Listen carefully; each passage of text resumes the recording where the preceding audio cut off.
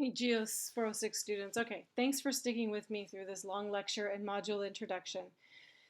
So this part of the video series is going to get into what you need to do for your module. You're going to work with mitigation of volcanic risk through probabilities, and we're going to use Mayon volcano in the Philippines as a test case. Mayon is shown in this beautiful photo here. It's very active. It's a really pretty volcano. You can see it, perfect conical stratovolcano. Above Legazpi city of about 180,000 people, about 15 kilometers to the southeast of the volcano. It's a 2462 meter elevation volcano with numerous historical eruptions between VEI 1 to 4. So some effusive, some highly explosive. So here is a hazard map from the Philippine Institute of Volcanology and Seismology.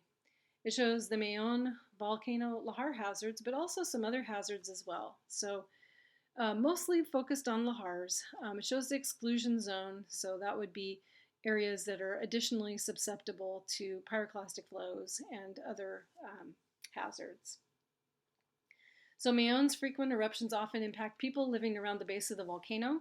Property damage and fatalities are actually common from this highly active volcano with a lot of people living around it. So for this module, I've created some very hypothetical scenarios where you're going to estimate some probabilities of different types of hazards over 10 to 1,000 years based on a partial record of Mayon's activity over the past few hundred years. So this is a partial record, so you can think of it as like, all right, you've done geology on all of the eruptive deposits that you know about, but you probably missed a few. You're going to assess then in the end, based upon your analysis, some plans to build a resort at 3 different locations around the base of the volcano based upon the hazard zones. So here is my Google Earth derived map of Mayon, showing a scale bar down here. Legazpi City is down here near location 1. So location 1 is one location where a resort might be built. It's highly prone to lahars and moderately prone to pyroclastic flows.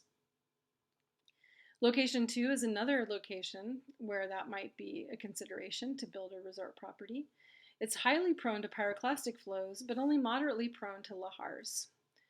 And then location 3 down here is moderately prone to lahars. So you're going to assess the risk at each of these 3 different properties based upon your hazard analysis.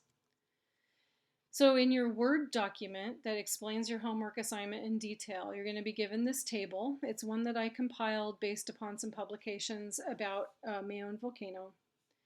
And from the Smithsonian Institute Global Volcanism Program's database for Mayon. So you're given eruption date here, starting in 2009, stretching back to 1616, so 400 years of history. You're given the volcano explosivity index of each of these events, and then you're given the products. So size is VEI, and hazardous phenomena. PF means pyroclastic flows, LF means lava flow, and LH means lahars. And I've also noted in here how many times an eruption produced fatalities. So that's the products from each of these events. So you'll use this data table to calculate probabilities for Mayon for your different scenarios and locations. So first you're going to calculate recurrence intervals for each type of hazard, PF, LF, lahar in general.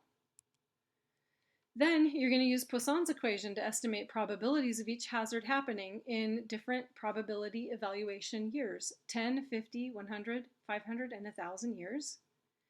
You're going to do this for each type of hazard. So pyroclastic flows, you're going to give it the little t probability evaluation window, and then big T is your reoccurrence interval, and then you'll calculate percent probability. So if we go back to this table, this is where you're going to generate this information. So each of these types of products has a recurrence interval. So you're going to have to look at each eruption date, but also the products that came out to calculate reoccurrence intervals for each of these types of hazards. So once you've estimated reoccurrence and probabilities for each of the 3 locations based on how often each hazard impacts them for a given VEI size of eruption, you'll answer questions about potential risk versus cost of building a resort at each of the 3 locations.